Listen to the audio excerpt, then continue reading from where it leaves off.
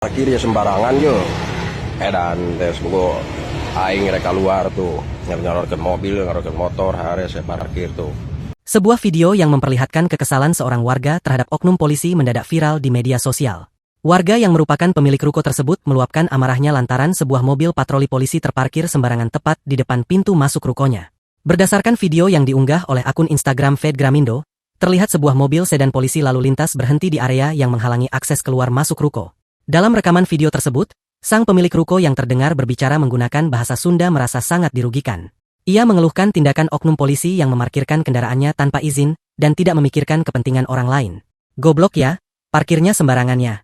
Edan ini MAH, ujar pria perekam video tersebut dengan nada tinggi.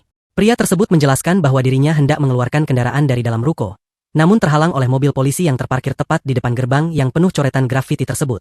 Saya mau keluar nih, mau ngeluarin mobil, ngeluarin motor, malah diparkir di sini sembarangan pisan, lanjutnya.